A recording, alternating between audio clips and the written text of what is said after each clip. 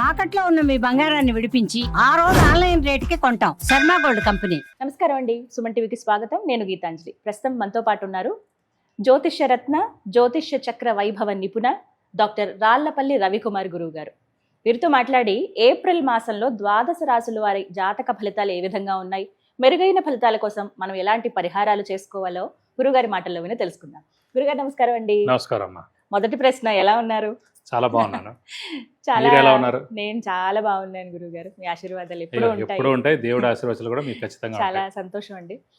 ఈ పరిచయం ఇప్పటిది కాదు, అవును. వాస్తవానికి 2 ఏళ్ళు అయిపోయింది. కాకపోతే వీడియో త్రీ ఇయర్స్ అయిందండి సుమన్ టీవీలో నేను చెప్పడం స్టార్ట్ చేసి. అవును. సో ఫస్ట్ నా ఇంటర్వ్యూ గీతాంజలి గారితో స్టార్ట్ అయింది. మళ్ళీ ఒక ఏడాది చెప్పాను, తర్వాత మళ్ళీ గ్యాప్ వచ్చింది. మళ్ళీ ఇప్పటి నుంచి మళ్ళీ రాశి ఫలాల నుంచి మిగతా వాటి నుంచి కూడా మళ్ళీ గీతాంజలి గారితో మొదలవుతుంది. ఇక నుంచి ఇది మళ్ళీ ప్రారంభం. అవును. మళ్ళీ ఒక బ్రేక్ ఇచ్చుకొని మళ్ళీ స్టార్ట్ చేసినట్లుగా అనమాట. తప్పకుండా. గురుగారు, ఇక ఏప్రిల్ ప్రతి మాసం ఖచ్చితంగా ఆ కోరిక ఉంటుందండి, తెలుసుకోవాలని జాగ్రత్త పడతారు. అవును. అందులో భాగంగానే ఇలా ఈ రాశి ఫలితాలు చెప్పడం కూడా. అవును. అయితే ముందుగా గ్రహస్థితి ఏ విధంగా ఉంది ఏప్రిల్ 2026? శరదిందు సమాకారే పరబ్రహ్మ స్వరూపిణి వాసరాపీఠ నిలయే సరస్వతి నమస్తుతే. సుమన్ టీవీ ప్రేక్షకులకి నమస్కారం. ముందుగా ద్వాదశ రాశుల్లో ఏప్రిల్ నెలలో నవగ్రహాలు ఎక్కడ ఉన్నాయో తెలుసుకుందాం. ముందుగా సూర్యుడు వచ్చేసి మనకి ఏప్రిల్ 15 టు మే 15 ఫిక్స్డ్ అండి. సూర్యుడు మేషరాశిలో ఉంటాడు, ఉచ్చ స్థానంలో ఉంటాడు. సూర్యుడు అంటే తండ్రి కారకుడు, గవర్నమెంట్ కారకుడు, ఆరోగ్య కారకుడు. అలాగే ఎవరైనా ఉన్నారంటే సూర్యుడు ఏప్రిల్ 15 టు మే 15 ఎవరు పుట్టినా కూడా రవి ఉచ్చలో ఉంటారు కాబట్టి వాళ్ళకి గవర్నమెంట్ జాబ్ రావడం కానీ, అయితే వాళ్ళ నాన్నగారు గవర్నమెంట్ జాబ్లో ఉండడం కానీ, లేదంటే గవర్నమెంట్ నుంచి హెల్ప్ పొందడం కానీ ఇవన్నీ కూడా ఉంటాయి అన్నమాట. సో ఈ నెల ఎవరు పుట్టినా కూడా ఆరోగ్యరీత్యా కూడా చాలా బాగుంటుంది. నెక్స్ట్ వచ్చేసి మనకి కుజుడు వచ్చేసి మనకి మీన రాశిలో ఉంటారు ఈ నెలలు కూడా. రాహు వచ్చేసి మనకి కుంభరాశిలో ఉన్నారు.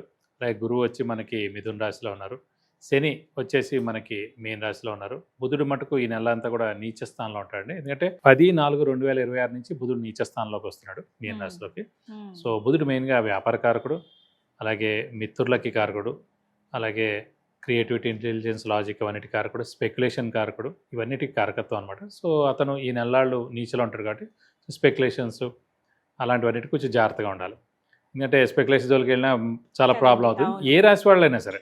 మీరు బుధుడు మెయిన్ కారకుడే మనకి ఇది కాబట్టి అతను నీచలో ఉంటాడు కాబట్టి ఈ నెలలు కొంచెం జాగ్రత్త. చూడండి, ఫర్ ఎగ్జాంపుల్ స్టాక్ ఎక్స్చేంజ్ చూడండి, యుద్ధ వాతావరణం ఏదైనా ఉన్నాయండి, అనవసరంగా దాని యొక్క ఇంపాక్ట్ నడుస్తున్నాను.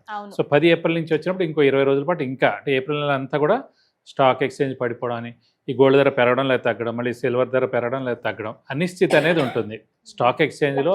ఫైనాన్షియల్గా అన్నీ కూడా అనిశ్చితి ఉంటుందని చెప్పుకోవచ్చు. నెక్స్ట్ వచ్చేసి మనకి కేతు వచ్చేసి సింహరాశిలో ఉన్నారు. శుక్రుడు వచ్చేసి మనకి 19/4/2026 నుంచి వృషభ రాశి అంటే ఓన్ రాశి అనమాట, వృషభ రాశి, ఆ రాశిలోకి ప్రవేశిస్తాడు. ఈ నెలలు కూడా అక్కడే ఉంటాడు. ఇవి ద్వాదశ రాశుల్లో నవగ్రహాలు ఈ ఏప్రిల్ నెలలో ఈ స్థానాల్లో ఉంటాయండి. గురుగారు, ద్వాదశ రాశుల్లో చివరిదైన మీనరాశి వారి జాతక ఫలితం ఏప్రిల్ మాసంలో ఏ విధంగా ఉందండి? మీన రాశి అనగానే మనకి పూర్వభాద్ర 4వ పాదం, ఉత్తరాభాద్ర 1, 2, 3, 4 పాదాలు, రేవతి 1, 2, 3, 4 పాదాలు, ఈ నక్షత్రాల సంబంధం మనకి మీన రాశిలోకి వస్తుంది. మీరు చాలా సాఫ్ట్, కూల్, రిజర్వ్డ్గా ఉంటారు. మేషం స్టార్ట్, మీనం లాస్ట్. మీన రాశికి ఏంటంటే మోక్ష రాశి అని కూడా అంటారు వాడు. దానికి అధిపతి కూడా గురువు. లాస్ట్ రాశి, లాస్ట్ అనేది మన మామూలుగా ఇంకా లాస్ట్ ఏంటంటే ఏదైనా సరే మోక్షం అనేది అనమాట. విరక్తి, వైరాగ్యం, మోక్షం అంటారు, కానీ మోక్షం అనేది ఫైనల్ అన్నమాట. సో లాస్ట్ జన్మ ఇలాంటివన్నీ అంటుంటారు అలా. సో దీని అధిపతి కూడా గురువు అయ్యాడు రాశి. ప్లస్ అందులో పూర్వభాద్ర నక్షత్రం ఉంటుంది 4వ పాదం, దానికి అధిపతి కూడా గురువు అయ్యాడు. రాశికి గురువు అలాగా, నక్షత్రానికి గురువు కూడా ఇలా అనమాట.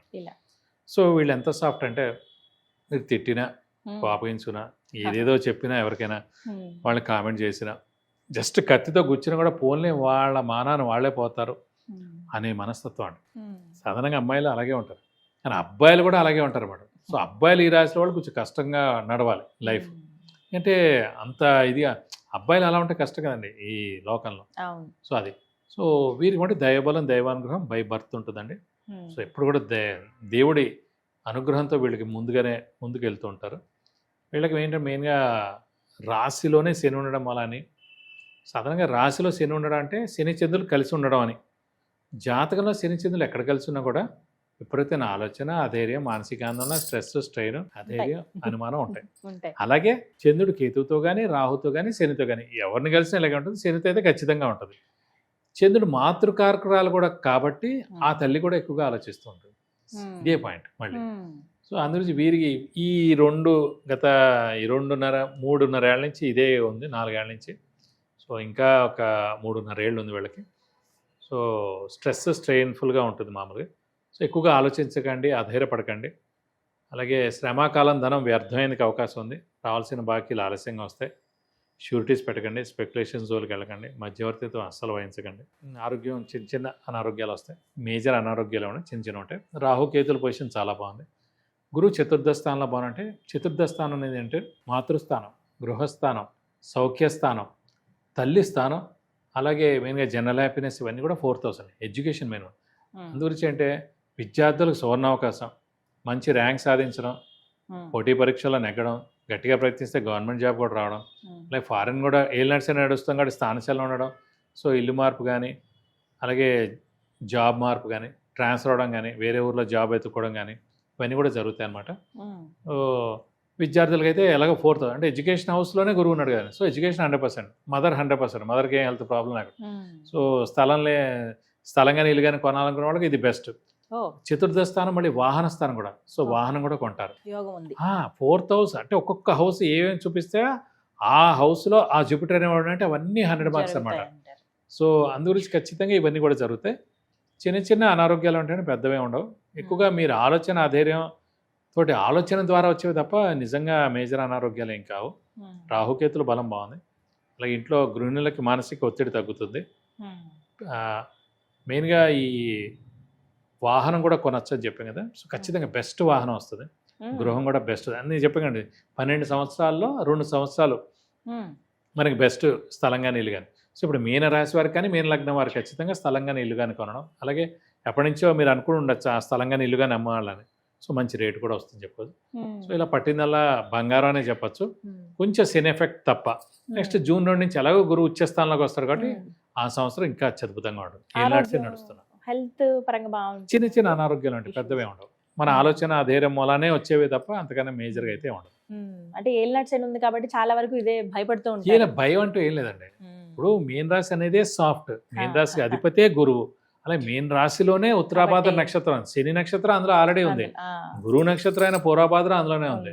సో మిత్ర నక్షత్రం అయిన రేవతి అధిపతి బుధుడు అందులోనే ఉంది. సో అంత మేజర్గా ఏం ప్రాబ్లం ఉండదు. మేషరాశికి ఇంపాక్ట్ ఎక్కువగా ఉంటుంది, వృశ్చిక రాశికి ఉంటుంది, సింహరాశికి ఉంటుంది తప్ప ఏలినాటి శని కానీ, అర్ధాష్టమ శని కానీ, అష్టమ శని కానీ వచ్చినప్పుడు మిగతా 9 రాశులు మిశ్రమంగానే ఉంటాయి. మేజర్గా అయితే నష్టాలు ఉండవు. పరిహారం ఏమైనా చేసుకోవాలి? పరిహారం మటుకు ఖచ్చితంగా శనివారం ఉపవాసం ఉండడం, అలాగే రక్తదానం చేయాలన్నాను. ఎందుకు రక్తదానం చేయాలని చెప్తాను మెయిన్గా. అంటే అన్ని రాశులకి చెప్తే సేమ్ అయితే ఉండదు. సో మామూలుగా ఈ ఏలినాటి శని నడుస్తున్న వాళ్ళకి ఏదో అనారోగ్యం చేయడం. ఫస్ట్ వాడు బ్లడ్ టెస్ట్ చేస్తాడు. 4-5 రకాల బ్లడ్ టెస్టులు చేసేసి అవన్నిటికి పంపించి చూస్తాడు. అదే ప్లస్ చిన్న యాక్సిడెంట్స్ కూడా జరిగేందుకు అవకాశం ఉంది ఏలినాటి శని. సో ఇవన్నీ ముందే మీరు బ్లడ్ డొనేట్ చేశారనుకోండి ఏ దోషం ఉండదు. ఇంకోటి ఏంటంటే మీరు బ్లడ్ డొనేట్ చేసిన తర్వాత ఆల్రెడీ అక్కడ సర్జరీకి ఎవరో పేషెంట్ రెడీగా ఉంటారు, పెద్ద యాక్సిడెంట్ కేసే వచ్చి ఉంటుంది. ఆ టైంకి అర్జెంట్గా ఎమర్జెన్సీలో మీ రక్తం వాళ్ళకి ఎక్కిస్తారు. సో మీ రక్తం ఎక్కించిన తర్వాత ఏదైనా మీరైతే అక్కడ మీది డెబిట్ అయిపోయింది, మీ రక్తం అక్కడ ఉంది. మీ తర్వాత ఎక్కిచ్చారా ఎక్కడ ఆ దేవుడు అకౌంట్లో అయితే మీది అక్కడ ఉంది. సో మీది ఎక్కిచ్చారు అనుకోండి. సో వాళ్ళు బయటపడంగానే దండం పెట్టుకుంటారు. ఆ వైఫ్ కానీ నా భర్త ఈ ఆపరేషన్ నుంచి బయటపడ్డాడు, చాలా థ్యాంక్స్. అలాగే ప్లస్ దేవుడా ప్లీజ్ అని తల్లిదండ్రులు పెట్టుకుని దేవుడికి దండం పెడతారు. ఇవి అయితే అది వెంటనే మనకు కలిసి వస్తుంది. మనకి ఏ యాక్సిడెంట్ అవ్వదు, మనకి అనారోగ్యం చేయదు, మనకే బ్లడ్ ఎక్కించక్కర్లేదు. జస్ట్ మనం బ్లడ్ డొనేట్ చేయడం ద్వారా ఒక శనివారం రోజు. నేను చాలాసార్లు ఈ 3 ఏళ్ళ నుంచి చెప్తున్నాను. ప్రతి రాశిఫలంలో కూడా చాలామంది డాక్టర్స్ కూడా ఫోన్ చేసి కూడా మెచ్చుకున్నారు. మేము చెప్తే వేరేగా ఏదో అనుకుంటారు, మా స్వలాభం ఏదని.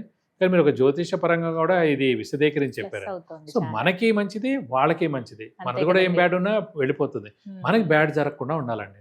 సో మెయిన్గా రక్తదానం చేయడం ఒక శనివారం రోజున. అందుకే శనివారం రోజు చేయమన్నారు. ఆ శని అనేది అయినా సరే బ్లడ్ డొనేట్ చేయడం ద్వారా పోతుంది. మన బ్యాడ్ ఏదో వాడికి వెళ్ళిపోతుందని కాదు, ఆ రోజున ఎవరికో హెల్ప్ అవుతుందనే ఉద్దేశంతో మనం చేసామని అనుకోవాలి.